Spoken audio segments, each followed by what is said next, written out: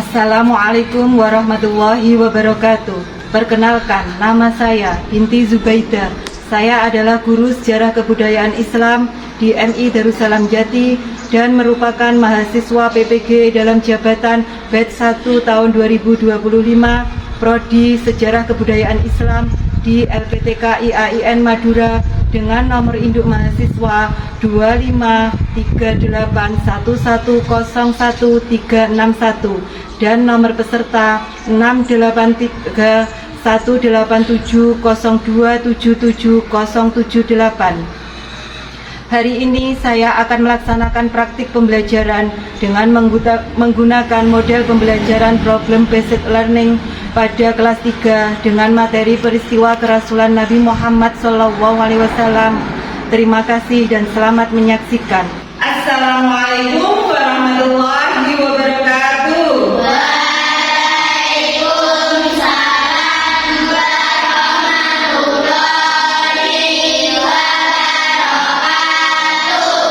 Bagaimana kabarnya anak-anak hari ini?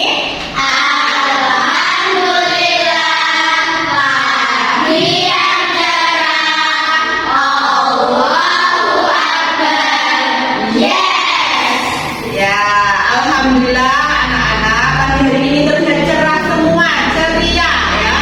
Semoga nanti membawa semangat yang tinggi untuk belajar kita hari ini. Sebelum pembelajaran kita mulai, lebih barokahnya kita mulai dengan doa dulu supaya kegiatan belajar kita nanti berjalan dengan lancar dan mendapatkan ilmu yang bermanfaat. Siapa yang bertugas memimpin doa hari ini? Ya, Inaya, coba dipimpin. Siap berdoa. Siap.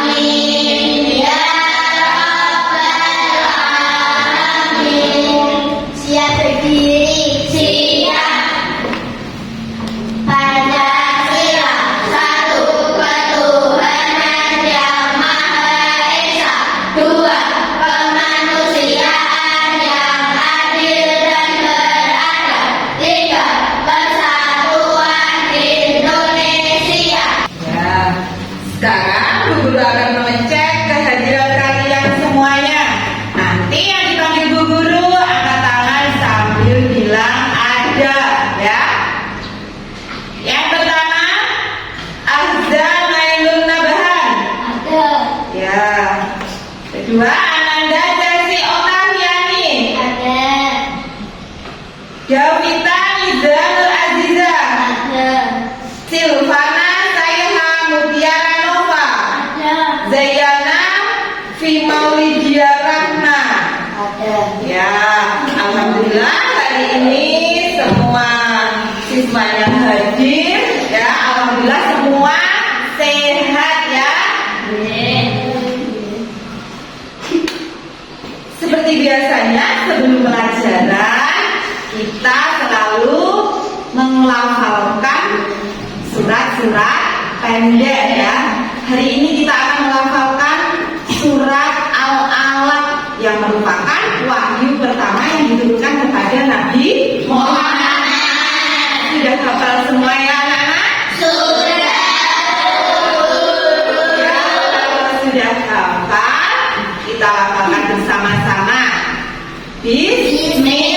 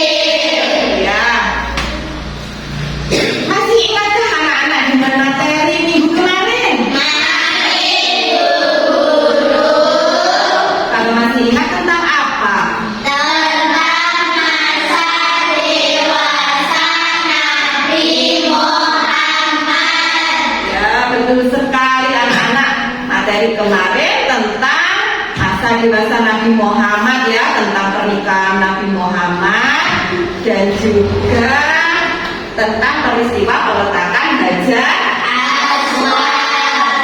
Coba sekarang Bu Guru tanya tentang materi kemarin ya. Yang pertama pertanyaannya, di manakah Nabi Muhammad menerima wahyu pertama? Di Bulan Hijrah. Yang kedua, apa tugas dari seorang rasul? Menyampaikan wahyu Allah kepada umat manusia. Iya. Kalau pertanyaan ketiganya itu tentang Nabi Muhammad menerima wahyu itu tepatnya kapan anak-anak? Pada usia 40 tahun, tepatnya tanggal 17 Ramadan. Iya betul sekali, Nabi Muhammad itu menerima wahyu pada tanggal 17 Ramadan yang sering kita peringati setiap bulan Ramadan itu dengan peringatan Nuzulul Quran atau peristiwa turunnya Al-Quran. Ya baiklah anak-anak, hari ini kita akan mempelajari tentang peristiwa kerasulan Nabi Muhammad. Tujuan dari materi peristiwa kerasulan Nabi Muhammad Shallallahu Alaihi Wasallam ini yaitu agar peserta didik dapat memahami sejarah dan nilai-nilai penting yang ada pada diri Nabi Muhammad, dan nanti kalian bisa mengaplikasikannya atau menerapkannya dalam kehidupan sehari-hari. Baiklah anak-anak, nanti Bu Guru akan menyampaikan video tentang peristiwa kerasulan Nabi Muhammad ya. Tugas kalian nanti merangkum atau meringkas materi yang telah kalian lihat dari video ya, yang telah kalian lihat dan dengar dari video yang Ibu Guru tayangkan ya. Jadi nanti ketika melihat video itu harus benar-benar dan sungguh-sungguh dipahami, biar kalian ketika mengerjakan tugasnya bisa mengerjakan dengan baik ya.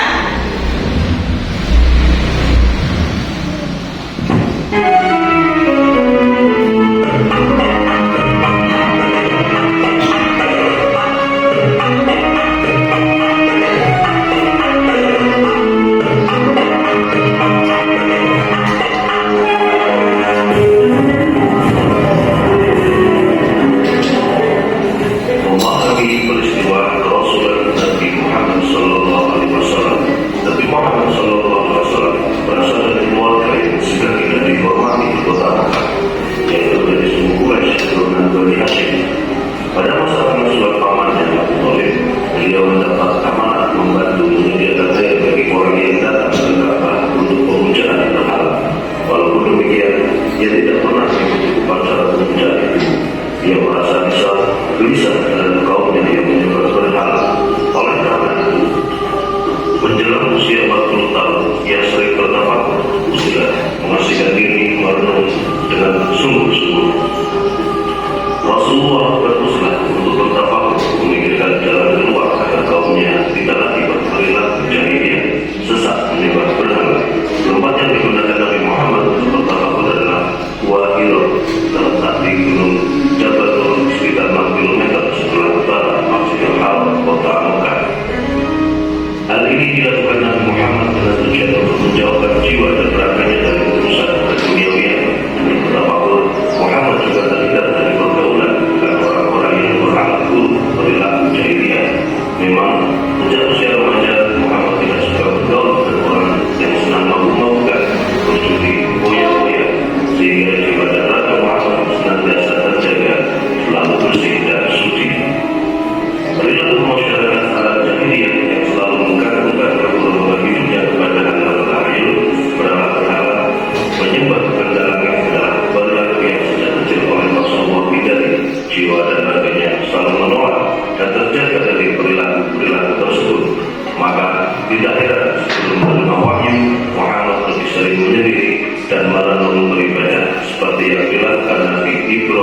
alaihissalam. Gua Hira yang sempat dan gelap dan cara menulisnya pun sangat licik dan terjal. Hanya orang yang memiliki keberanian dan keteguhan hati yang mampu memasuki gua itu. Pada saat bertafakur, terkadang Nabi Muhammad SAW membawa bekal makanan dari rumah supaya dapat tinggal lebih lama.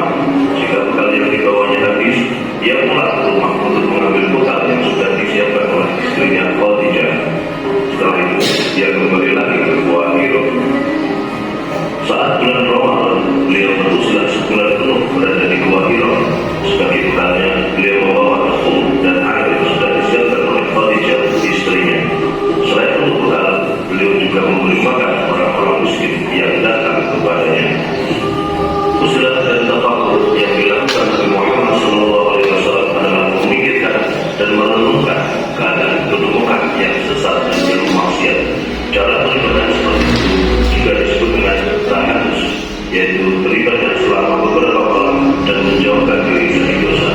Beliau mengatakan kepada Allah SWT tentang perbuatan masyarakat Arab yang jauh dari adab manusia yang bermartabat. Mereka sendiri melakukan dengan tercela di luar kemanusiaan dan penuh kesesatan. Nabi Muhammad sangat prihatin dengan keadaan tersebut dan berharap suatu ketika dapat memperbaikinya. Melalui tafakur, Nabi Muhammad SAW membersihkan hati, pikirannya yang penuh dengan keprihatinan terhadap perilaku masyarakat Mekah dan yang suci menghadap kepada Allah agar mereka mendapat hidayah, menjadikan hatinya bersih serta tidak tercampuri urusan duniawi. Sepanjang bulan Ramadan, Muhammad menghabiskan waktunya untuk beribadah. Nabi Muhammad SAW menerima wahyu pertama. Ketika Nabi Muhammad SAW kena berusia 40 tahun, tampaklah tanda-tanda kerasulan kepada dirinya, yaitu berupa mimpi yang benar dan sering datang seperti fajar yang terang di pagi hari. Mimpi tersebut dialami selama 6 bulan.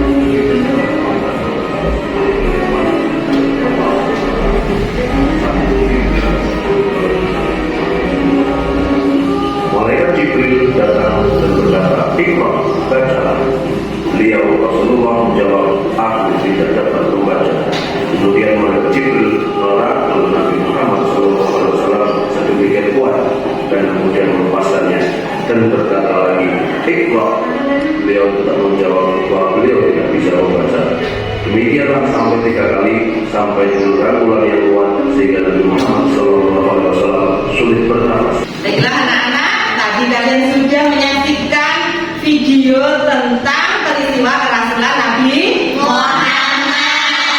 Sudah paham semua ya anak-anak? Sudah. Jadi tugas kalian seperti tadi untuk membuat Guru sudah menyampaikan di awal ya. Nanti setelah melihat video, tugas kalian membuat ringkasan materi tentang peristiwa kerasulan Nabi Muhammad ya. Sekarang Bu Guru buat kelompok untuk kelas kita dibuat menjadi 4 kelompok sesuai yang sudah ada ini ya.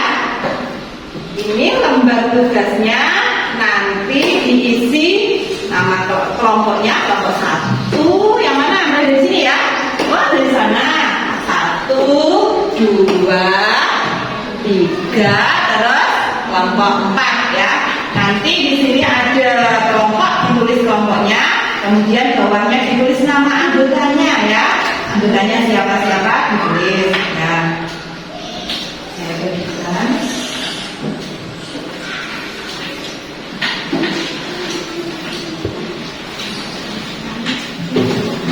Ya, ketua kelompoknya menulis nama anggotanya ya. Ya, sekarang selamat mengerjakan.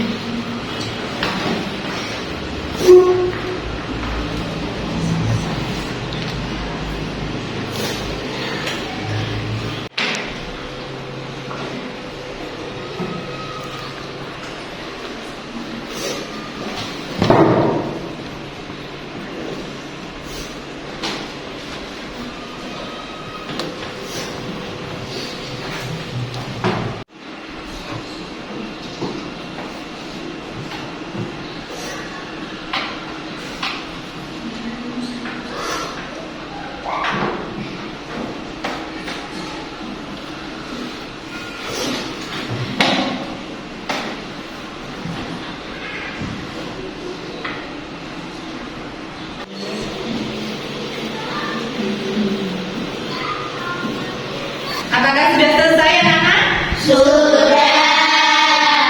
Ya, kalau sudah, tugas selanjutnya nanti kalian mempresentasikan ke depan satu kelompok ya.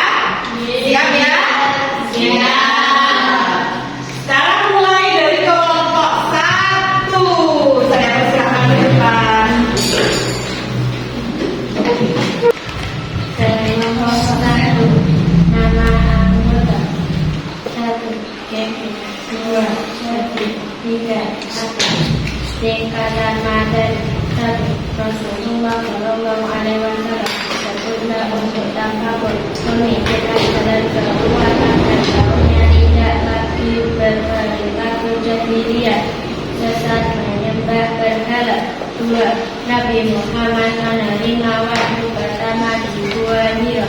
3. Dapatnya pada tanggal 17 Ramadan atau tanggal 611 Masehi. Nabi Muhammad menerima wahyu pertama. 4. Malaikat Jibril adalah malaikat yang bertugas menyampaikan wahyu dari Allah. 5. Wahyu pertama adalah surat Al-Alaq ayat 1 sampai 5. Terima kasih, itulah tadi penyampaian ringkasan materi dari kelompok 1. Tepuk tangan untuk kelompok 1. Nah, saya persilahkan kelompok 1 untuk duduk kembali. Dilanjutkan kelompok 2. Ayo maju ke depan. Kami dari kelompok 2. Nama anggota 1. Aisyah 2. Jasi 3. Dinda 4. Zana 1.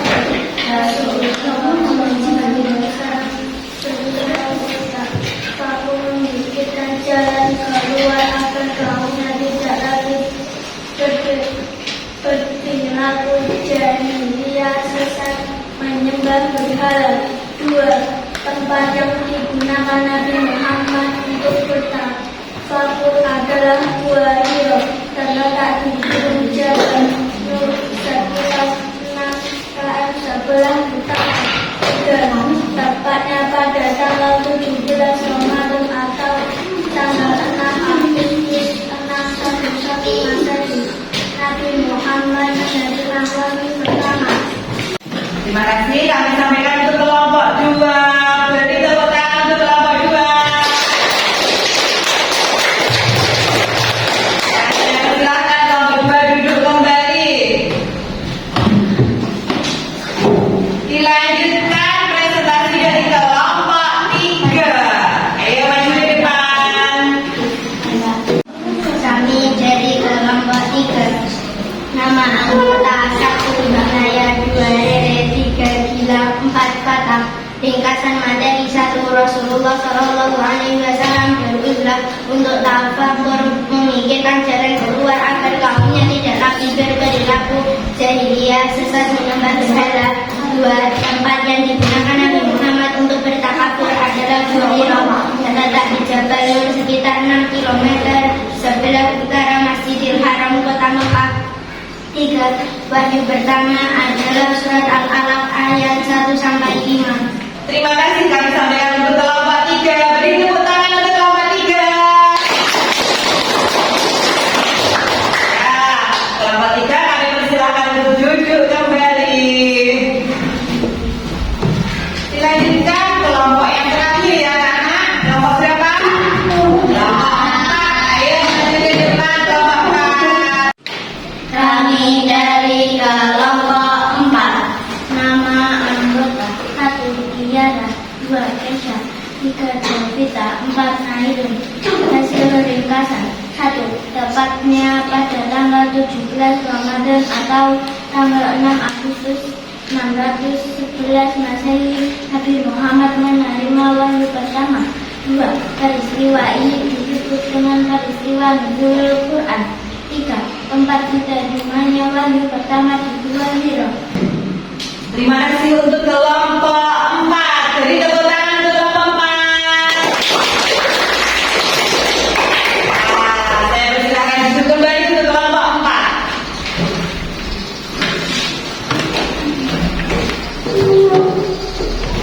Terima kasih anak-anak, kalian sudah mengerjakan tugas meringkasnya dengan baik ya. Tiap kelompok sudah menyampaikan hasil ringkasannya ke depan. Terima kasih untuk kalian. Beri tepuk tangan untuk semuanya.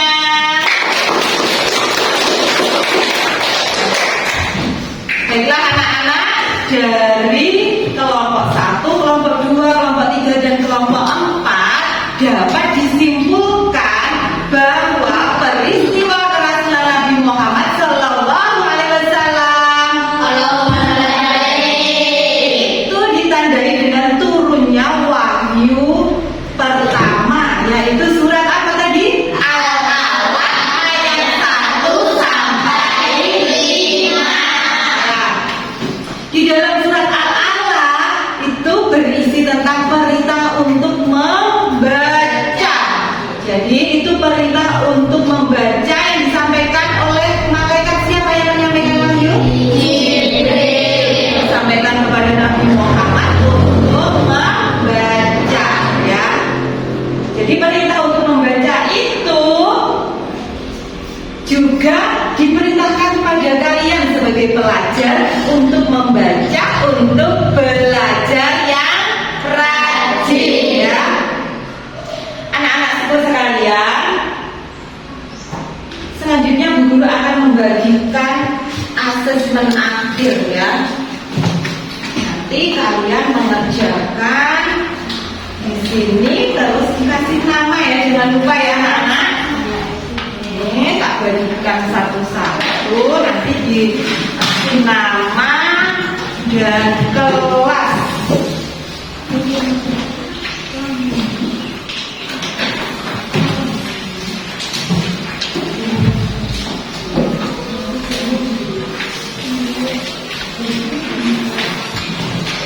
Sudah dapat semua? Sudah. Kalau sudah dikasih nama dulu di atas.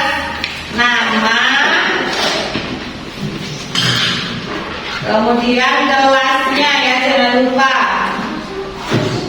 Nama dulu, dia tidak tentukan dengan punyanya temani. Terus kelas. Setelah itu dikerjakan. Yang pertama soal pilihan ganda, kemudian dilanjutkan soal uraian ya. Dan sekarang selamat mengerjakan.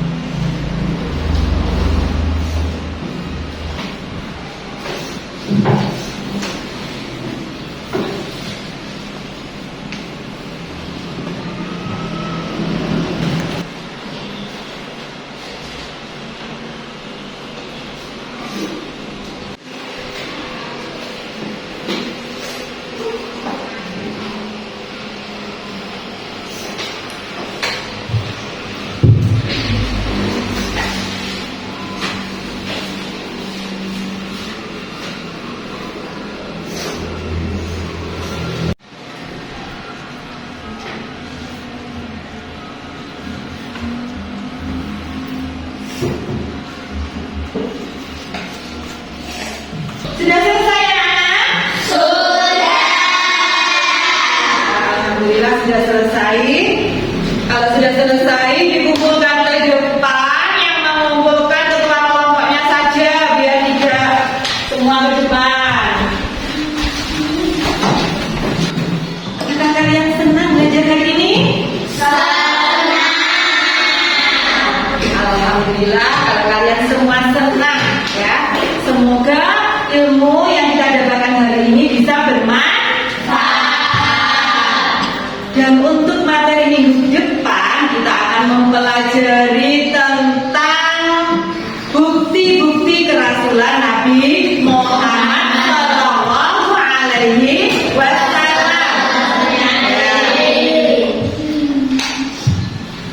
Bu Untuk mengakhiri pertemuan kita hari ini, kita berdoa dulu supaya ilmu yang telah kita pelajari hari ini menjadi ilmu yang barokah, bermanfaat bagi kita semuanya. Amin, amin ya rabbal alamin.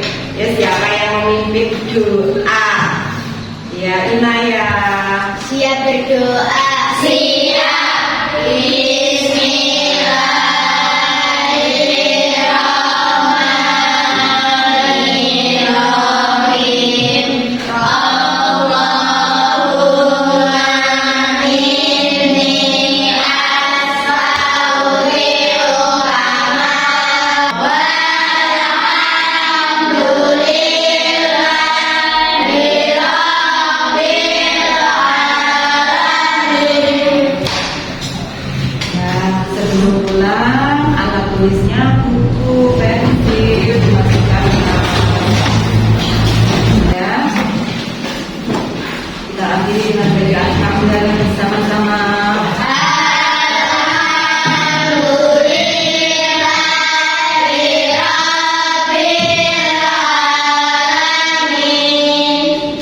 Wassalamualaikum warahmatullahi wabarakatuh.